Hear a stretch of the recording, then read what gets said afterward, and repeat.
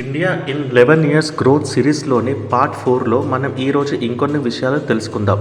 Agriculture and farmer welfare PM Kisan Samman Nidhi ఇది 2019లో launch చేశారు. వీటిలో 6,000 రూపాయలు ప్రతి సంవత్సరం 11 కోట్ల రైతులకు రుణమాఫీలో సహాయపడుతుంది. ఈ ప్లాన్లోని భాగంగా 2014 నుండి 5.7% అగ్రికల్చర్ బడ్జెట్ని ఇంక్రీజ్ చేయడం జరిగింది. ఈ నామ్ అండ్ మార్కెట్ లింకేజెస్ ఈ ప్లాన్లో ఫార్మర్స్కి మార్కెట్ యాక్సెస్ చాలా సులువుగా చేయటం వంటిది, ఫార్మర్స్ యొక్క ప్రోడక్ట్స్ని గ్లోబల్లీ ఈజీగా సేల్ చేసుకోవటం, ఇంకా అగ్రికల్చరల్ స్టార్టప్కి ఫండ్స్ ఈజీగా రేస్ చేసుకోవటంలో సహాయపడుతుంది.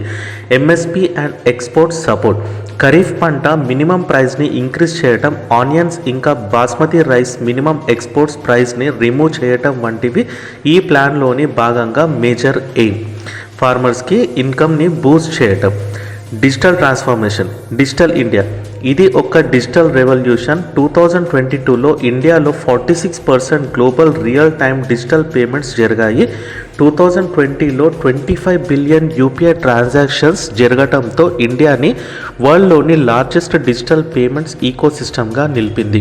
సైబర్ సెక్యూరిటీ సైబర్ క్రైమ్ని అరికట్టడానికి సమన్వయ్ అని ప్లాట్ఫామ్ ఇంకా సైబర్ దోస్ యాప్ని ఇంట్రడ్యూస్ చేశారు. ఈ ప్లాన్లోని భాగంగా 5,000 మంది సైబర్ కమాండోస్ని ట్రైన్ చేశారు.